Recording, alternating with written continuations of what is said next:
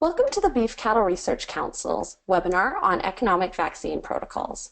My name is Stacey Domaluski. I'm the Science and Extension Coordinator for the Beef Cattle Research Council, and I'll be your moderator tonight. Tonight's session is going to last for approximately 1 hour, but may go a little longer depending on the number of questions you ask during the question and answer period.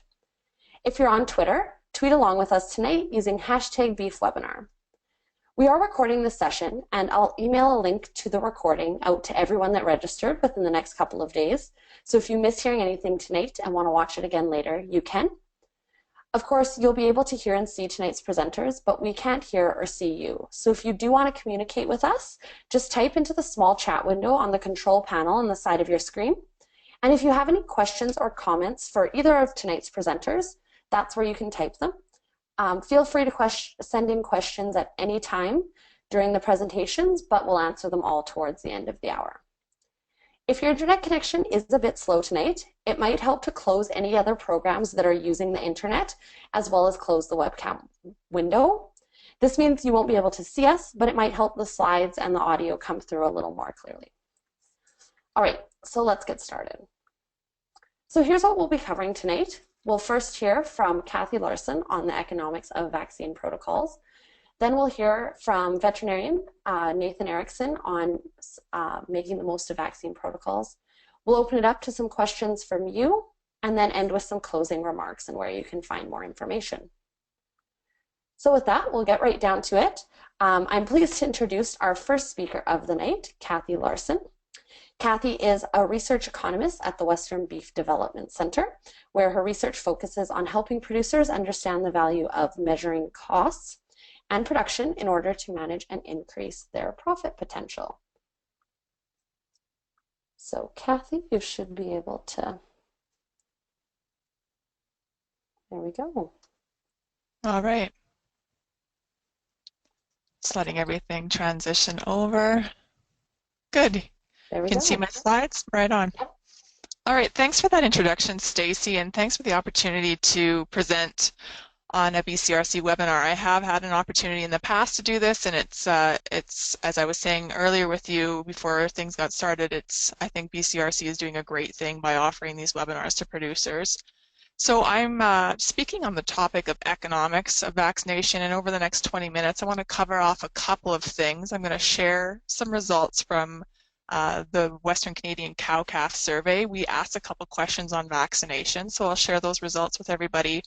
I'll share what Western Beef, what our research herd goes through in terms of a vaccination program, specifically what we would have done in 2016. I'll provide some pricing on vaccination using pricing from a local vet clinic that we deal with, and then I'll give an example using BVD vaccination through the cost benefit of vaccinating for BVD in your herd. So first off, when I talk to producers on the topic of cost of production, I often use this slide, and in discussing what it takes to be a low cost or profitable producer, I like to stress the importance that there's some costs you do not cut corners on, and those are pastures, bulls, and herd health, with herd health being underlined simply because that's the topic of the evening.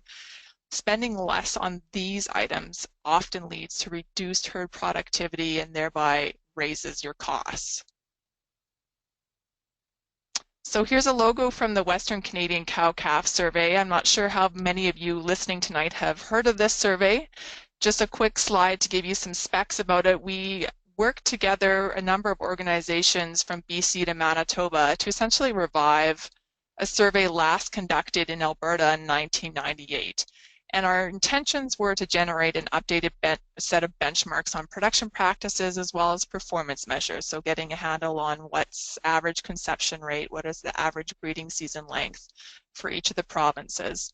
We ran that survey from November of 2014 to the end of February of 2015. And we had about 400 respondents across Western Canada. So within that survey, we asked a number of questions relating to the 2014 calf crop, and one of the questions was on calf death loss. So across the 4 provinces and the survey respondents, the average calf death loss was 7%. And as you can see from this pie chart, the number one reason for calf death loss was 36% scours, pneumonia, and or other disease. So it kind of, given that that's the top reason for calf death loss, it's important to maybe talk about how vaccination can lend a hand in limiting those losses. We asked a couple other questions based on vaccination practices for the survey respondents, and it was a fairly basic question: do you vaccinate your cattle? And it was intentionally vague. It doesn't ask what animals you vaccinate for, what time of year, what diseases you're vaccinating against. It did in previous surveys, and I'll show you that in a couple slides. And the reason we asked such a basic question is because we were aware of the disease surveillance network that's being headed up by John Campbell and funded through the Beef Cattle Research Council. So we didn't want to ask a question that might seem like duplication, given that we knew the level of inquiry and that was going into that surveillance network. So on the topic of do you vaccinate your cattle was a simple yes or no answer, and 91.4% of the respondents said yes, I vaccinate my animals. And that's up slightly from the 98 survey, which was only done in Alberta, which was at 90%. A follow-up question was, do you vaccinate your females pre-breeding? Just under 70% answered that yes, they do vaccinate their females pre-breeding. So here's a table taken from the 1998 survey, and just to illustrate, so they had an initial question, do you vaccinate your cattle? And then they had a follow-up question, if you do, provide detail on what you vaccinate your calves for. So you can see on the left-hand side of this table is all the vaccinations, different diseases that you could vaccinate for, the percent of herds that were vaccinating. So as you can see, blackleg was the most popular at nearly 82% of the herds, indicating that they were at least vaccinating for blackleg. And then it was also timing, showing at what time or what age the calves are vaccinated. The other diseases, the respiratory diseases, you can see lower uptake of those vaccinations, and this was about 20 years ago, right, in 1998. But just to give you an indication of where things were at back then. So in terms of Western Beef's vaccination program, what were we doing in 2016? This little chart just has 3 different groupings: our cows, our calves, and our bulls. I've bolded the time of year that the vaccination happened, and then after it indicated what we were treating for, vaccinating for. So in the fall and winter, in fact, happening right now this week, we're putting Ivamec on our cows. We would be doing the same thing with our bulls through the fall and winter. Right before we calve in March, so we start calving April 1, we will treat our cows and bred heifers for scours, vaccinate for scours.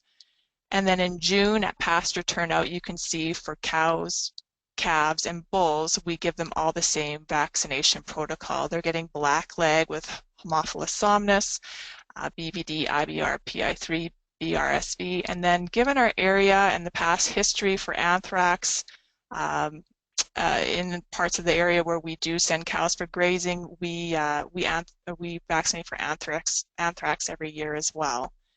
And then if you look down just where the bulls are in May, they're getting a foot rot vaccination, and then the calves in September. We'll be weaning late October, so prior to weaning, we'll be treating them again with blackleg and then for the respiratory diseases. So knowing that that's our vaccination protocol, it might be interesting for you to know what are treatments at Western Beef. So this is just treatments for the 2016 year. And we track everything from dosage to product to the animal, the date that they were treated, and it's all entered into our record-keeping software program. So we treated 27 cows, a total of 33 times, which represents about 8% of our cow herd. In 2016, 13% of our calves required some sort of treatment, close to 60 treatments on 44 different calves. And then 2 of our bulls required treatments, and that represents 10% of our bull population. And just to add a little bit more detail here for you, there's a figure that'll show up at the bottom of the slide. just looking specifically at calf treatments, and based on the diagnosis that was entered into our record-keeping system, the bulk of our treatments are for foot rot issues on calves, at nearly a third of them at 19 treatments. Next is pink eye, then pneumonia, scours. Other, as you can see at the bottom, is one was a poor doing calf, one had navel ill, another one had some stitches that were coming out, calves showing signs of depression, and then a bad hip and foot. So just to give you a sense of what we're doing on our operation at the Western Beef Development Center's Tremunde Research Ranch. Now, in terms of what we're paying for vaccination, so it's the cost of vaccination, I did inquire about pricing of vaccinations, which I'll show in a couple slides. But if you go to the headlines and see what's out there for information on diseases, animal diseases, there's lots of headlines about blackleg outbreaks, for example. So you can see a couple of the dates here. This is an article from 2011 by John Campbell, who's with the Vet College in Saskatoon. And in that article, John writes, blackleg is almost completely preventable with vaccination. Most producers in Western Canada routinely vaccinate for clostridial diseases, and it's remarkably easy to prevent and quite inexpensive. It's prevalent in the soil of our pastures, and if you skip for even 1 year, results can be devastating. Blackleg, if you're not familiar with the pricing, in our area, from what we can obtain the vaccine for, is under $1 per head. Anthrax has also had issues in Saskatchewan. This is Dr. Chris Clark from the Vet College in Saskatoon from July of 2015, speaking with reporters with Global Television. Prior to that, the major outbreak that happened in Saskatchewan was back in 2006. At the time that this article was written, nearly 200 head of cattle had died. That exploded even further and went on till from end of June till near mid-September, with instances and death loss, as you can see from this chart, for a total of 800 animals dying on over 150 premises in 2006, and the bulk of those, nearly 500 of them, being beef cattle. Just for your information, if anthrax isn't something you typically vaccinate for in your area, it is about just under $2 per head to do so. Another one that's talked about a lot is BVD. So you can see an article from 2013, persistently infected BVD calves wreak economic havocs. You may hear the term PI calves, persistently infected. How much money have you lost to BVD? The impact of BVD can linger if undetected in a carrier. And so all these headlines talking about the importance of BVD. Here's some information from the US. In one of their publications online through the USDA, it says, during the severe outbreaks of acute BVD in Canada around 98, it was actually 1993 to 95 in Ontario and Quebec, the losses were $40,000 to $100,000 per herd, or about $400 per cow. A lot of these were actually dairies. You'll see up above here decreased milk production. So, the losses can be substantial. From a beef herd perspective, a cost of a PI, or persistently infected calf, can be $15 to $25 per cow per year in a study that was done using a farm profitability model. And pregnancy rates of cow herds that have PI calves typically been measured at 5% lower than cow herds with no PI calves. So just to give you a sense of some of the information that's out there about the costs of BVD and how it can impact you at the ranch level. So BVD is typically part of a large, covers off a number of vaccine or another number of diseases, respiratory diseases, and it costs under $4 a head to vaccinate based on the pricing from the vet clinic that we use. So on this table, you can see there's an asterisk on the side that talks about has an asterisk to take your eyes down to the bottom of the slide under the table. This is pricing from actual vet clinics. If there was more than one vaccine option available, I've done an average of the prices. So you can see blackleg It's under that dollar head, about 77 cents. We're using blackleg with Haemophilus somnus, so it's nearly double in price at $1.43. For the respiratories, it's $3.63. Anthrax, $1.93. For parasites, about 82 cents. Scours, $3.60, and for foot rot vaccination at $5.85. So I have check marks showing what animals we're vaccinating and what time of year. So in the spring, both cows, bulls, and calves, you can see only the bulls getting the foot rot, as I showed earlier, and the cows and bred heifers getting the scour vaccination prior to calving. So to put some quick math to all of this, these vaccinations work out to about $25 per cow, or around a little under $3,800 if you had a 150 cow herd. So doing a cost-benefit example of BVD vaccination, estimated losses from BVD are around $78 to $220 million annually in Canada, and I pulled this number from an article written by Ron Clark in the Canadian Cattleman in December of 2014. So he was actually making this estimate based on the US number, which is 1.5 to 2.5 billion annually is the estimated losses from BVD. Wherever I've read, and you may have heard yourself, BVD control, it needs to start at the ranch level, and there is a benefit to the rancher from doing it. It's not just downstream benefits in the feedlot. There's value to controlling and vaccinating for BVD in your herd as well. To bring back some of those examples I showed earlier, one persistently infected calf in a cow-calf operation will cost between $15 and $25 per cow exposed per year. That's from a study done by Larson et al. In 2002, and it's a different Larson. It's not me. A persistently infected calf in a feedlot setting can cost upwards close to $50 per head in losses. And as I said earlier, there's typically reduced or delayed conception rates if you have a PI calf, and that can range from 5 to 15%. There's a couple of the studies where those numbers come from. So given those estimated losses that are out there, I want to walk you through a quick example. So if you vaccinate your cows, bulls, and calves in spring, and you have a herd of 150 cows and a 25 to 1 cow to bull ratio, so you need about 7 bulls, you're treating all the calves born, it's going to cost you a little over $1,200 to vaccinate, and if you just divide that over the number of females, breeding females of 150, it's about $820 a cow to vaccinate each year. If you do not vaccinate and you end up having a PI calf, so there's some special things that needs to happen. It has to happen that the cow gets exposed to BVD from day 30 to 125 of her gestation in order for a PI calf to result. You could have decreased conception of 5%.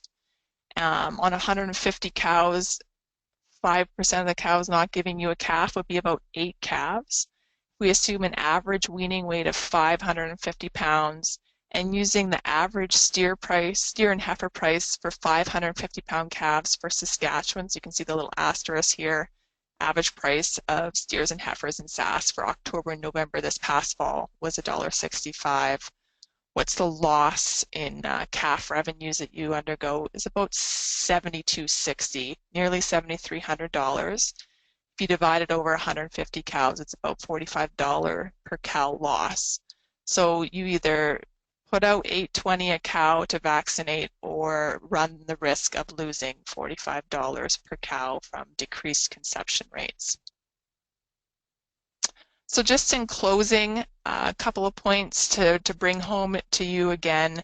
Low-cost producers, I really do believe and agree with this, that they do not cut corners on herd health. It's an important and necessary expense to keep your cattle and calves free from disease.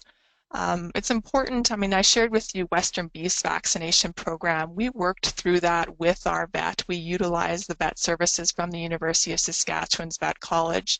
I encourage every producer to work with their vet to determine a vaccination protocol that works for your operation given your area and their knowledge of how you run your operation. As Nathan will show in his presentation after me, there's protocol and drug handling to ensure efficacy of that investment in those vaccinations. BVD, it's less than $5 a head to vaccinate, as I've just shown you. If you don't vaccinate and you end up with 5% decrease in conception, that can cost you about $45 per cow. And lastly, a total vaccination program at Western Beef, based on what we're vaccinating for in the various times of the year, is costing us about $25 per cow. So with that, I know that we'll probably leave questions till the end, and thanks for your attention. All right. Thanks you very much, Kathy. So yeah, as Kathy said, we will leave questions to the end, but if you do have any that are coming to mind right now, feel free to type them into that chat window, and we will, we'll save them till the end. So we'll take a little break here. We have a couple poll questions for you. So shortly you should be seeing a question pop up on your screen. This is your chance to participate in the webinar tonight. So our first poll question for you is, where do you typically get advice on vaccinations? Select one of the following, so your vet, neighbors or family, no one or other. So you can click the one that applies, and just to let you know, your answers here are anonymous to everybody else on the webinar.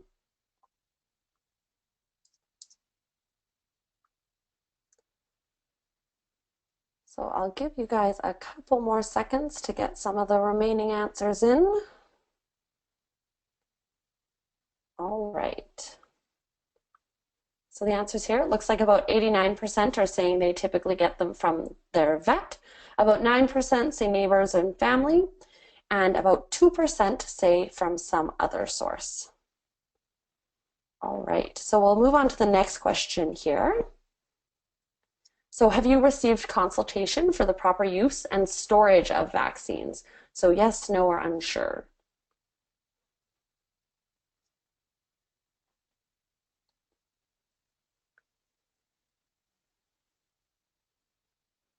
All right, and once again, I'll let a couple more people get some answers in. All right.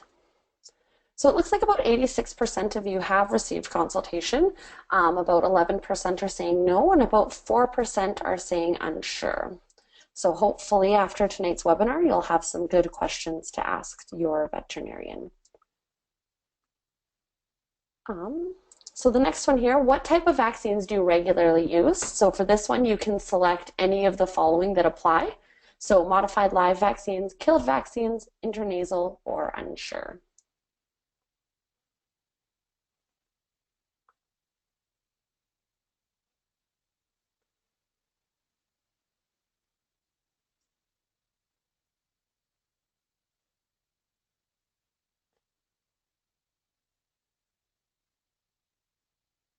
So this one takes just a little longer to get all those answers in, but I'll give you guys a couple more seconds, then we'll... All right. So it looks like about 87% of people on tonight's webinar are using a modified live vaccine. About 45% are using a killed vaccine. About 18% say they're using intranasal vaccines, and about 5% say that they're unsure. So another question here, which of the following do you regularly vaccinate for? So once again, select any of the following answers that apply to you. So blackleg, BBD, IBR, BRSV, P13, VI3, sorry, scours, anthrax, or Vibrio, trick, or leptospirosis as well.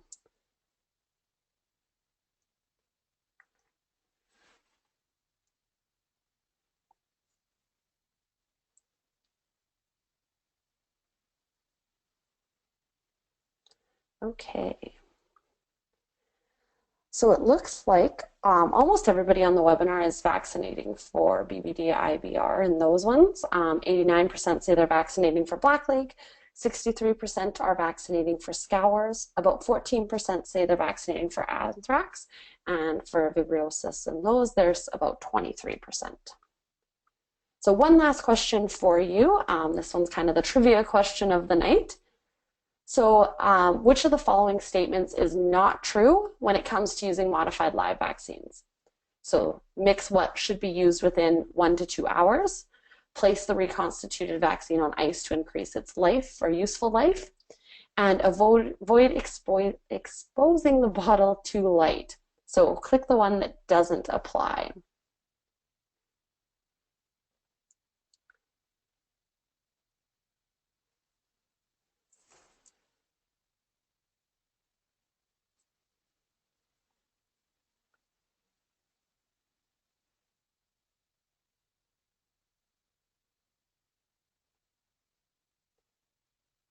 Okay, well, we're waiting for a couple of you to get your answers in.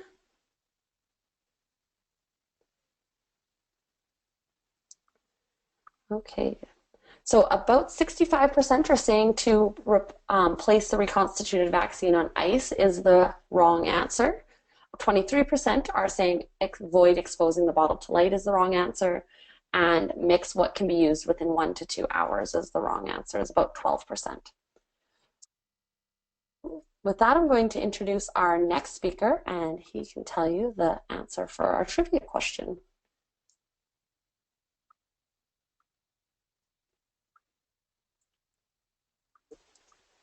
All right, so our next speaker is Dr. Nathan Erickson. He's a veterinarian and faculty at the Western College of Veterinary Medicine.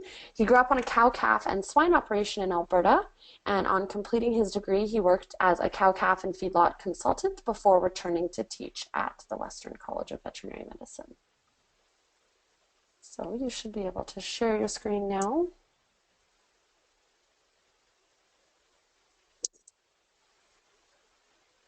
There we go. Yeah. Fantastic. Perfect. Thank you, Stacey. Yes, thank you to BCRC for having me present today or this evening. Appreciate the opportunity. Anytime to talk to producers is a great opportunity for me. And thank you very much, Kathy, for your great talk at the beginning here.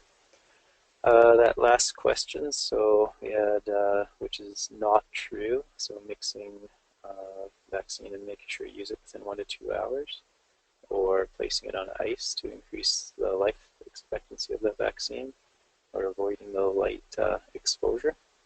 And so the correct answer was the majority of the people, which is placing on ice to increase the life.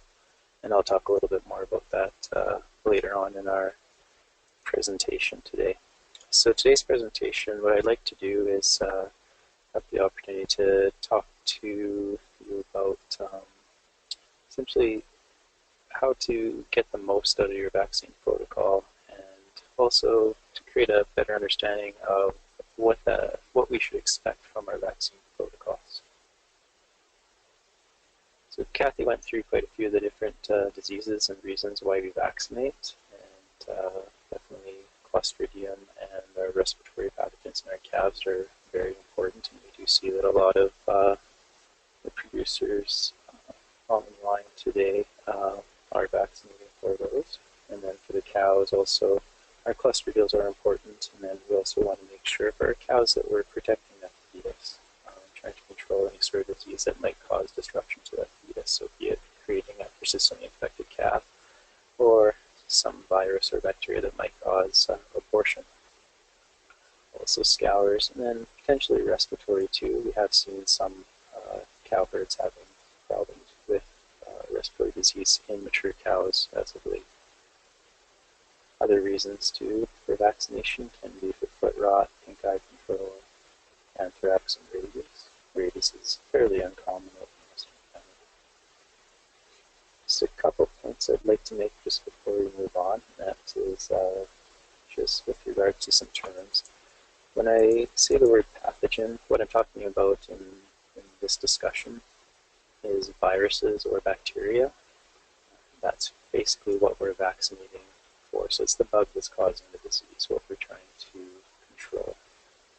And then just wanted to make sure that everyone understands that our vaccine protocols, what they are, they're a schedule of priming and boosting vaccines that are designed with your veterinarian to help control disease within your herd.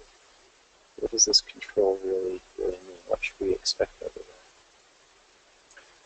goals of our vaccine protocols, there's 4 that I have listed here, but there are others as well.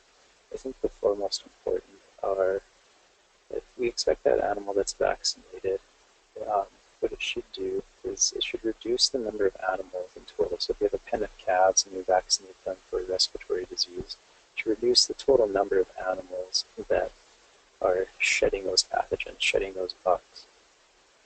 And but it will not ensure that every single animal won't shed them. So it does not prevent 100% of disease, but it does help us to control it. And it also will decrease the quantity of pathogen that is shed by those cases. So by those animals that are infected, it will decrease the amount of virus or bacteria that they're releasing into the environment, into their nasal drops, say, and passing to other animals. Also, it should reduce the length of time, so the amount of time that those infected animals will shed those pathogens. And lastly, animals that are vaccinated and vaccinated properly, it should take more exposure to a pathogen, so to that bug, in order to cause them to become ill. Nathan, sorry to interrupt. We're just, Yeah, for sure. that was way better. We were just having some issues with your sound. I think your microphone got a little far away. Oh, okay. It's a little bit better? Yeah, much better. Okay, yeah. Maybe I was turning my head. Perfect. Okay, sorry about that, everybody. So next, I just want to give an example of what we would see. So to introduce that, I'm just going to talk quickly about the reproductive number. And what a reproductive number is, it's the number of new cases, so the number of animals that one sick animal is going to create. Okay, so the presence of that one sick animal, what will its presence create in terms of other sick animals in the pen? We can think about that in terms of human disease as well. So I'm sure we've all gone through our Christmas holidays and everybody's gotten together. And as soon as you get back to work or visiting with your friends and family, everybody tells you about how sick they got during the Christmas season. Because you'll have one person, maybe one of the little girls at the table, that's been sick, and she's going to spread, and we're congregating all of our family together, so it makes it really easy for us to spread disease to each other. But then who's going to get sick? It's likely that the younger kids are going to be more at risk to get sick. And then I think, as every lady knows out there, the guys, for sure, we got the weaker immune systems when we get our big mad cold, so we're all going to come down with it as well. Now, in terms of the cattle with our reproductive number, if we look at a disease like IBR, and we have this pen of calves here, fairly uniform pen, we have 2 animals in this pen, and they are shedding disease. So they're shedding IBR, this virus. And this is an unvaccinated group of animals. If they're unvaccinated, each one of these, so this blue guy, is going to shed to 7 of his buddies. And then the other one is also going to shed to 7. So you can see how quickly that can spread through this group of calves. Now, if we apply a vaccine to that group of calves, so we got the same 2 that are getting sick, so we haven't prevented 100% of disease, but what we've done is we've reduced the amount of shedding, we've reduced the shedding period, as I discussed before, and now we're just infecting 2 other animals rather than 7. So you can see that what type of protection that we should get, or what type of control that we should get through vaccination. So that's why I prefer, rather than using the word prevention when I'm talking about these control program or these vaccine protocols, I prefer to talk about control rather than prevention, because prevention creates in our mind the idea that we're going to stop something bad from happening, we're going to stop all of it from happening. And I think that creates a little bit of a misconception and perhaps improper expectation. But it will reduce a lot of the disease. So it will control, it will restrain, it'll direct influence over that disease and the spread of it. also it will reduce the incidence or the severity of it. So when we talk about disease control programs, they're really multifaceted, and vaccination is one part of it. The disease control program, we have many different parts, including nutrition. It's well-fed animals will respond well to a vaccine, and well-fed animals are less likely to get sick. We also have our vaccines. We want to make sure that we have a lot of good bedding and adequate surface area for the cattle to lie in. This is especially important for diseases such as scours. The importance of each one of these points is really dependent upon what disease you're trying to manage. So as I said, with scours, it's very important to make sure that you have a very well-bedded pen with a lot of surface area so the cattle can spread out. You got good shelter so windbreaks, and then the pens are in rural areas are being cleaned if they happen to be out in more of a pasture area, still cleaning up those bedding areas and making sure that we're getting rid of all of that pathogen. However, even if we do all of that right, sometimes there are other reasons for poor efficacy of the vaccines. So by efficacy, I essentially mean how well the vaccine is going to work. So there can be things like inappropriate timing of the vaccine handling problems, as we discussed in that one question. Could be the technique of the injections. Could be equipment being used and problems with that. Could be presence of disease, maybe the cattle are already sick. Or it could be that there's something changed in the pathogen. Or maybe we're vaccinating for the wrong pathogen. So we'll go through these a little bit closer, or a little bit more closely. So just using an example and talking about timing of vaccine, I'm going to use reproductive disease as an example. So things that cause abortion in cows. So or disease in the fetus, including BVD, IVR, leptospirosis, vibriosis, or Campylobacter. We have several different areas or times, sorry, when producers tend to vaccinate their cows. They can vaccinate pre-breeding, so in the spring before the bulls are turned out, at preg check in the fall, or we're getting more and more people doing a pre-calving, so a few weeks before calving, where they're vaccinating their cows. But what's the appropriate time? I'll look a little bit more closely at pre-breeding and preg check vaccination. I'm probably going to lose a few people here on the graph. I know I tend to do that to students sometimes. But this graph, while it might seem a little bit busy, it is a good representation of the response of cattle to a vaccine. So the number is just meant to be a representation, so these aren't actual numbers that are that we would get for levels of immunity, but more it's just meant to be a physical representation of it to explain it. So hopefully you can see my cursor here. So the black is going to be an immune response to a pre-breeding vaccination. And the line, so it's set behind the blue area, but this line is a continuation of this same chart, or the same part of the graph. And the blue here is a pre-breeding vaccination. Down at the bottom, we have the months of the year, from January to December. And most herds, I would say, turn out their bulls in and around the middle of June. So somewhere between end of May to the start of July, so where most people are sending out their bulls. Okay.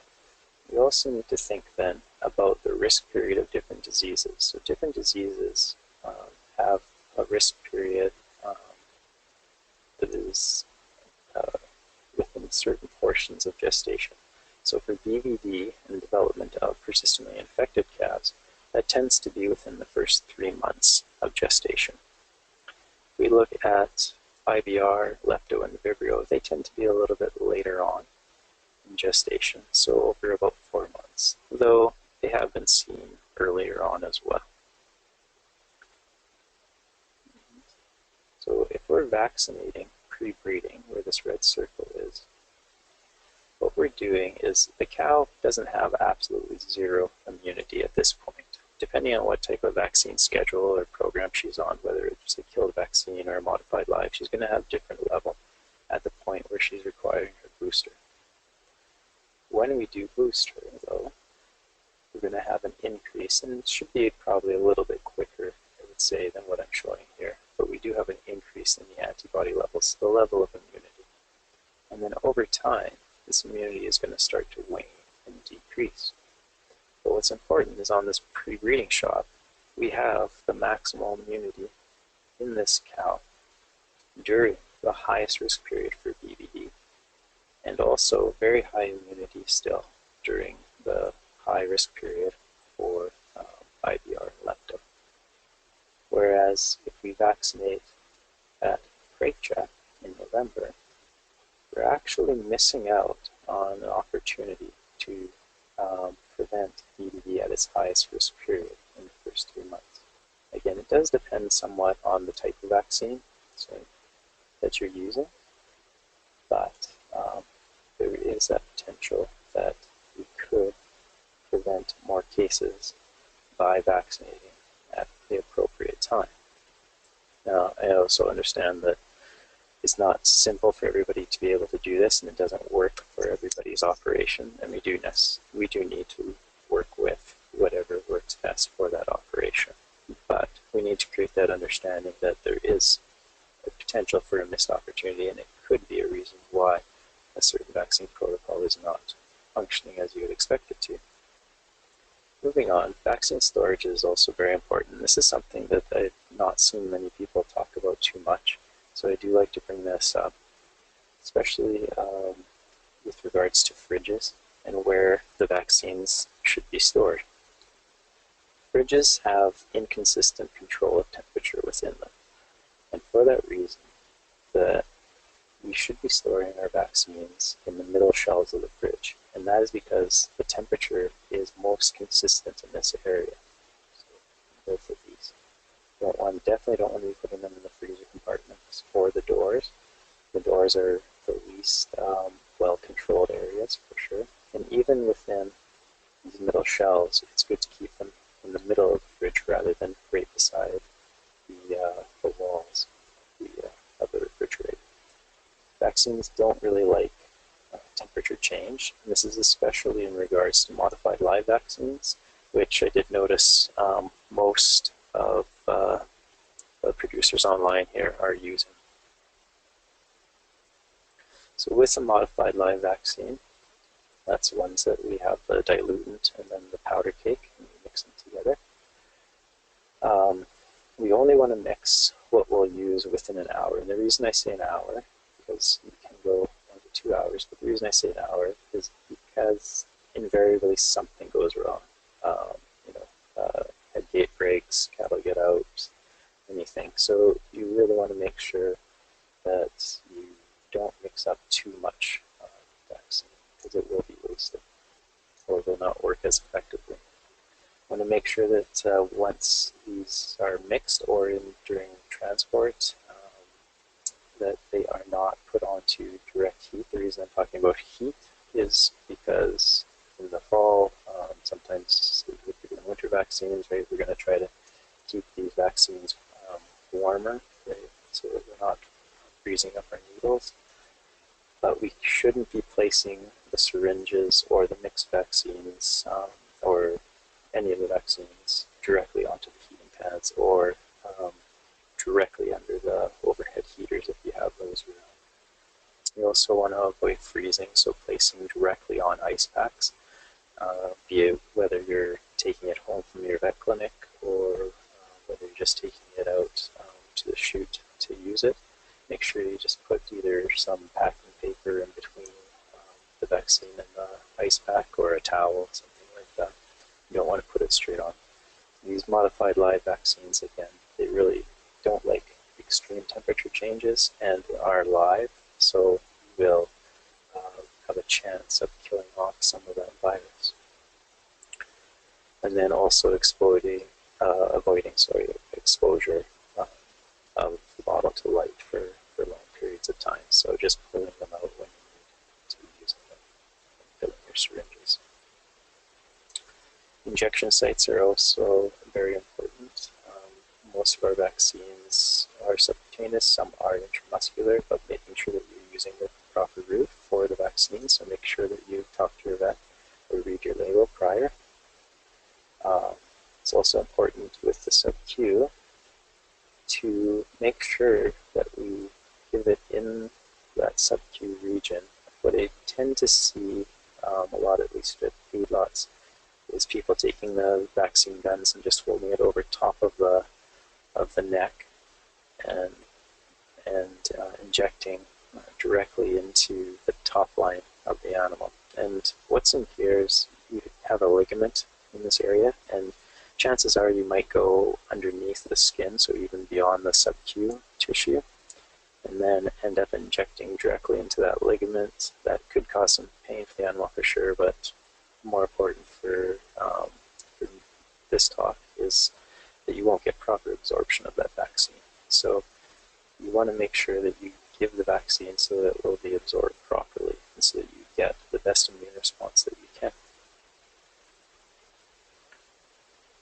Proper techniques also beyond delivering it to the right area.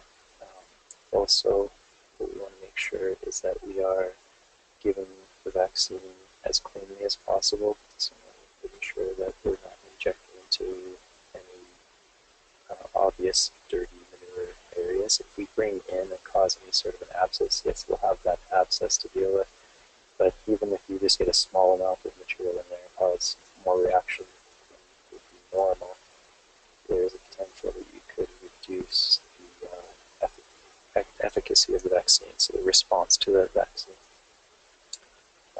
It also can create a safe working environment for the animal and the operator too, if you're making sure that you're restraining them properly, making sure that you're keeping your hands in the appropriate areas.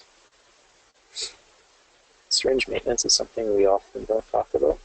One of the biggest things that we do not want to do is we do not want to use soaps or disinfectants inside of the syringe, which seems probably strange, but what we really want to do is just wash them with lukewarm water, flush them out really, really well. The reason we don't want to be using soaps and disinfectants is because, again, we're using a modified live virus, so if we have residue of the disinfectants or soaps in the syringes, there's a potential that we'll kill off a portion of that virus, and we won't get an appropriate vaccine response. So when you do clean those syringes, make sure that they're pulled right apart, flushed out with warm water, warm clean water, scrubbing off any debris that might have accumulated on the outside of the syringe, inside the syringe, and then making sure that they air dry really well. And lastly, just for the maintenance of the syringe, oiling that ring, that rubber ring with some sort of vegetable oil is the best to use there. Also, with our syringes and maintenance, or at least checking them, these syringes, they don't have a 100-year lifetime. They do wear out over time, and it is possible that that dosing of that syringe may change over time. So the first time you're using them this season, it's not a bad idea just to fill them up with some warm water, flush them out really good, and just check to see how much you're actually getting out of the syringe. So what you can do is you can take a disposable syringe casing or syringe, rated 10 mil, and just squirt 10 mils, what should be 10 mils, out of your multi-dose syringe into there, and see if that actually does correspond to what's supposed to come out of the syringe. Is it giving more? Is it giving less? If you're giving less, probably not going to get the appropriate vaccine response. If you're giving more, you're wasting vaccine. The dosage for our vaccines is appropriate, so that it is created so that you get the amount of antigens, the amount of parts of the virus that we're exposing the immune system to for each animal. So that 2 mils for most for modified lives, we want to make sure that they all get 2 mils for sure. And then you can also check that while you're vaccinating, just to make sure, okay, I've done 25 animals, and notice we'll still have 3 mils of vaccine left. So out of 2, this is a 50 ml syringe, right? We're giving a 2 mil vaccine dose, so we should empty it out after 25 animals if there's still vaccine left, or if you've used too much, then that's also an indication. So just keeping an eye on those things. It's a bit chaotic around vaccination time, so it can be hard to remember to do that, but it is something that would be good to pay attention to. Also making sure that we change our needles as much as possible anytime that a syringe is being refilled, so that you're going into a bottle again, making sure to refill the syringe, make sure that you go in with a clean needle every time. So you don't want to contaminate that bottle. And I've seen that in the setback at different brandings, or even on feedlots, and had really good producers that I've seen them do this, and it just happens because we get so busy during that time. It's such a busy time, we just forget. But if we go back into that needle, or into that bottle with a detergent needle, we're going to contaminate that entire bottle. We increase the chance of abscess formation or any sort of reaction to. Ideally, too, it's good if you can change the needle about every 10 animals. But for sure, every time you change or spill the syringe. Now, sometimes we end up we have an outbreak, and we'll try to vaccinate our way out of an outbreak. And this can be recommended treatment by veterinarians, and sometimes it is necessary. But there are some precautions that you should take into consideration when doing this. And one is that you're vaccinating animals that their immune system is already activated, so their response to the vaccine may not be that effective.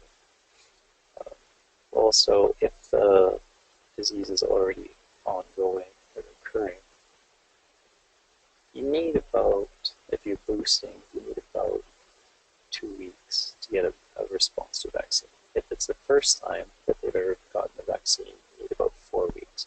So there might not be sufficient time if you're vaccinating in the face of an outbreak. This potentially could be a place where intranasal vaccines could be used.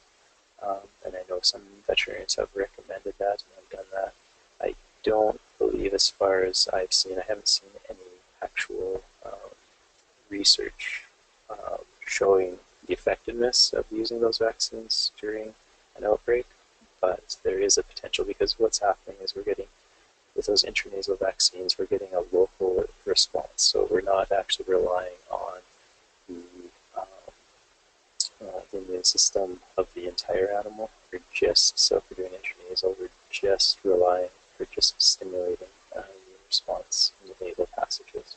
So there's a possibility, but again, I haven't seen any good research showing that that's effective. Another problem too, when we're vaccinating in the face of an outbreak, is we're stressing the animals further, and we're congregating them. Right? We're bringing them into holding pens, we're bringing them into tubs all through the same chute. So we're increasing the chance that they could spread disease to one another as well. And another reason that we can see some poor efficacy could be that we have a change in the bacteria or the virus. So the way the vaccines work is the vaccines stimulate a response in the immune system to react to different, say on this bacteria, different surface proteins. That's one way that a vaccine works. It's not the way all of them work, but it's one way. Now, if somehow this bacteria mutated or changed, and it no longer had those same surface proteins, it is possible that the vaccine wouldn't provide the appropriate stimulus to protect the animal from that particular bacteria. This is a very rare occurrence, and I would say this is one of the most unlikely reasons why we have poor efficacy for vaccination. So this is not critical. it does occur occasionally. And lastly, it is possible that we may be vaccinating for the wrong pathogen. So if I had my cows last year, let's say I had respiratory disease and I lost 10 calves, I didn't do any postmortems or any diagnostic workup, but I decided I had pneumonia, so I decided that I had a shipping fever or a Mannheimia hemolytica problem. I have decided what the disease was, but I don't know that for sure. And then I've decided that I'm going to vaccinate for that particular disease. If it was not that disease, then this year I could still have a problem. And it's possible that I have a viral problem for my cattle, or I had a pasteurella matosida problem, and that's. So if I would have vaccinated for a different pathogen, I may have been more successful. It's also possible sometimes when we just do partial workups. So let's say I had those 10 animals and I didn't do postmortems or any diagnostic workup on 9 of those dead animals. I just did it on 1. It's possible that that one animal died of, let's say, shipping fever hemolytica, but had I done postmortems on those other animals and done some diagnostic workup, I might have found out that they were all actually pasteurella matosida, so a different bacteria. So doing appropriate diagnostics is really important when you're in the face of an outbreak or even on an ongoing basis in your herd, just to make sure that you know what diseases are present on your herd and are endemic in your herd, so that you can work with your veterinarian to create the most appropriate vaccine protocol. So I think what we need to do is really give our vaccines the best chance. So that's just handling them properly, making sure that we're handling our equipment properly, and really beginning disease control on the right foot. So making sure that we select the proper vaccine, proper handling, most appropriate timing that we can work with within our system, and using proper administration. Thank you very much. All right, thanks, Nathan. So that was a great presentation, and we've already got quite a few questions starting to roll in. So we'll open it up to questions for you. So I'll get Kathy as well to turn on your webcam and your microphone. So to type your questions in, again, just a reminder, you can type them in the chat box on the side of your screen. If for some reason you can't see your control panel, there should be a little orange arrow somewhere on your computer. If you click that, it'll expand your control panel. So as I said, we've already got a couple questions coming in. So the first question here, this was sent in during Kathy's presentation, so either of you can answer it. What vaccines would be recommended for steers or heifers in a grasser operation? I'm going to defer to the vet. Sounds good. No problem. In a grass operation, I would definitely encourage you first off to make sure you work with your veterinarian to design your program, because they will know your herd much better than I do. But typically what we want to do is boost them for their clostridiols, so their black legs, and then also make sure that we're vaccinating them for our respiratory disease, so our 5-way virals, the IBR, BDD, PI3, BRSV, and potentially, it depends on what point you're talking about, I guess, too, whether you want to do a bacterial like a pasteurella matosida or a Mannheimia hemolytica, but they would also be on the table as well for discussion. All right. This next question is for Nathan as well. So how come is it that vaccines for humans can be given and they last for a lifetime, whereas cows need booster vaccines? Yeah, that's a good question for sure. Best way to answer that would be to think about each pathogen has different basically different kind of virulence factors, and their immune system can only really maintain a response to some of these virulence factors for certain amounts of time, and they'll require, so such as IVR. IVR, typically we see a lot of outbreaks of it within feedlots even 3 months after we've given it. And that's why we want to make sure with IVR that we're boosting it within about 60 days of the first vaccine.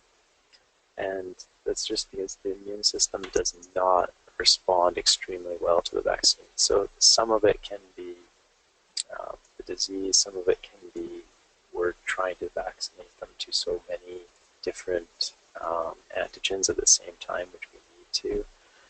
If we could, it's possible if we could spread out our vaccinations that we may get better response overall and maybe longer term immunity. But it's just a difference, I guess, in like I said, in virulence factors and the type of disease that we're looking at. If we think about, something like flu, that's a little bit different. It changes quite a bit, and in humans we don't get long periods of immunity for it, but that can be because of a change in the virulence like I was talking about, or it can be just because they're not, we just don't get a sustained response to that type of vaccine.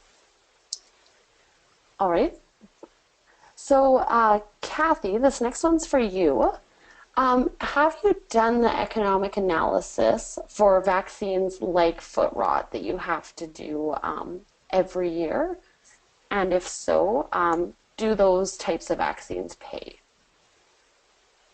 No, we haven't specifically done that analysis at our organization, but we bring that question, just discussion amongst ourselves all the time because we're paying that money. We did vaccinate more than just the bulls in previous years, and we've just pulled back to only do the bulls. It's not something for everybody. It's just, as we've discussed, it's with our vet, that was the vaccination that we went for. But yeah, at $6 a head, you probably, vaccinating the bulls so that you don't have them go lame and end up not being able to breed at the time that you need them to be breeding is part of the reason that we're doing that. All right. The next question here for Nathan. So what about giving newborn calves 8-way shortly after birth? Yeah, that was a very common practice. I remember even as a kid growing up, we used to give our 8-way, 7-way at birth. The problem with that is there's a high chance of maternal antibody interference. So it's not recommended. You're not going to get an extremely good response. I definitely, if you were doing it, I would still for sure want to boost them then at branding or turnout time. Like I said, the biggest reason we don't do that is because of that maternal antibody interference. All right. So maybe I should explain that a little bit better. So the maternal antibody interference, what that is that's colostrum, essentially. So it's the antibodies that the calf gets from the colostrum of the cow. It's going to give that calf immunity for about 2 to 3 months after it's born.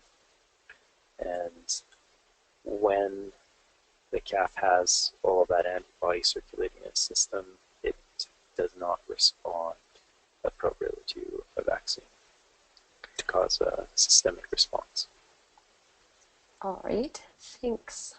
So just wanted to let everybody know we do have quite a few questions coming in. So if you do want to get yours, make sure you get it in fairly quickly here because we may have to shut off the question and answer period. The next one here for Nathan as well. How long can a modified live vaccine be stored at room temperature if it's not mixed? So for example, when it's being shipped. When it's being shipped. If it's being shipped, it should be shipped on ice. And typically when it's being shipped, if it's from the manufacturer, they have temperature control or trackers in the coolers with them. I really don't know the answer to that. That would be a good data on that, but the pharmaceutical companies are the ones that typically have that information. So I can't give you a good answer on that. Okay. Another one here, is it more effective or does it matter to Ivomec in the spring or in the fall? Ivomec depends what you're trying to control. So with Ivomec, so that's for our parasites, right? So if we're trying to control lice, then definitely you want to do that in the fall, actually, more into winter. So November, December, because our peak season for lice tends to be around January, February. So we want to make sure that we have decent levels at least for January. It only lasts for about 50 days or so. In the spring, you can still use Ivomec. That's more for control of intestinal parasites, and there's different ways of controlling them. So Ivomec is one way for sure. But again, if you're just giving it that spring turnout, it's not going to last that long through the grazing season. So it's something to, again, work with your veterinarian, consult with them on developing an overall parasite control program. All right. Kathy, the next question's for you. So for your economic analysis, were you vaccinating at times you were already running those calves through, or was labor costs and that sort of thing included? So the numbers that I shared today is only the cost of the product. It included nothing for syringes, needles, shoot time, labor. That would all be in addition to the cost, so probably another, kind of depending on your operation, let's say another 5 cents a vaccine or something like that. And we would understand that we're a research herd, so we do run those cattle through our chutes often. So there's lots of opportunity to vaccinate. So we're different from a lot of typical operations. All right.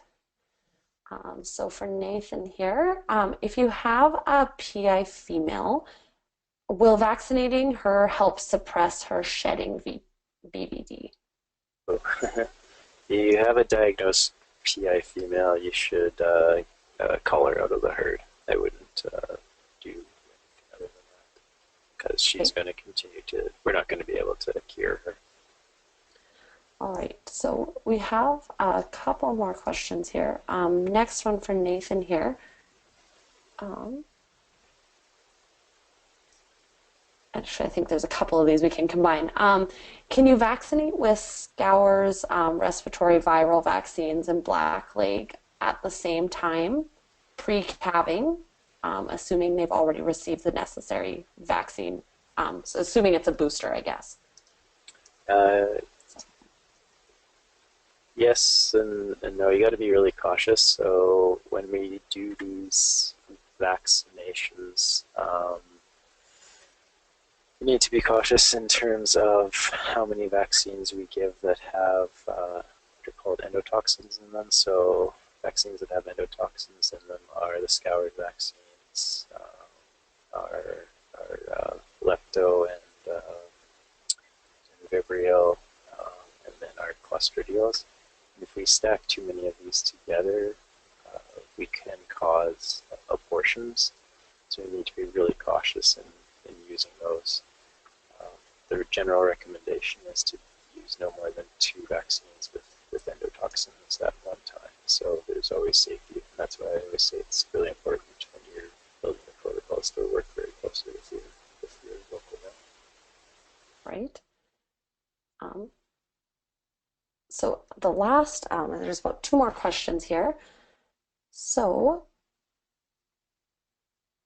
should you use a vaccine from the same manufacturer every time, or does it do you any benefit to rotate them? As far as I know, there's no benefit to rotating them, for sure. You can definitely move from different vaccines depending on which ones you're using, so there can be some differences, but there are certain areas, I guess, where if the cautious with that, and that would be if I was using modified live, either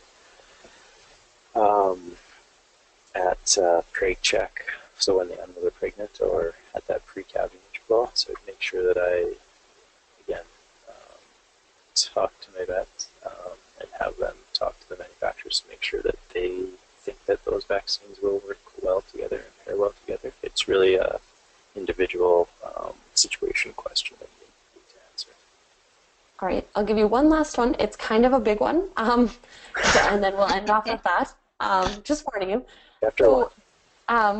We're hearing more and more about intranasal vaccines. So can you tell us a little bit about them, when is their best time to use them?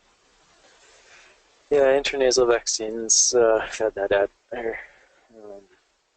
advent of them, I think, began, 6 years ago with a viral intranasal, and now we have a bacterial intranasal that's available to us as well. There's a few different areas where we can use them. Like, say, I've seen some of the feedlots using them in the face of outbreaks. I've seen them used on arrival at feedlots because we get a quick local immunity for arrival of those, or on those fall calves at arrival to the feedlot. So we get a faster local response than we would with a systemic response for injectable vaccine, which means that in those fall calves where we have disease outbreaks occurring quite quickly after arrival, we'll get some protection earlier and hopefully less disease spread.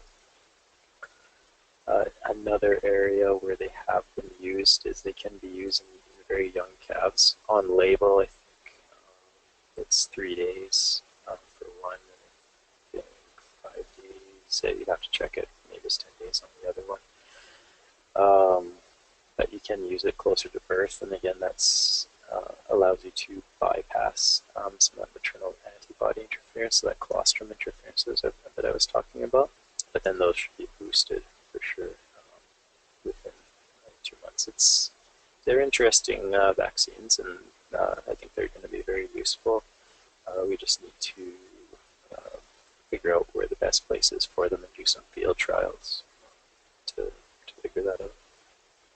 All right.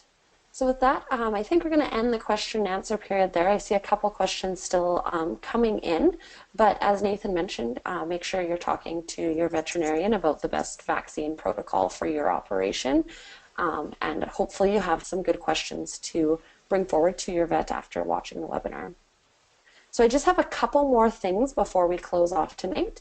So one is how to get more information and science-based production advice through the BCRC. You can go to our website, beefresearch.ca. If you aren't already, you can click the subscribe button to join our email list and be notified when new webinars are coming up, as well as some other blog articles and other information.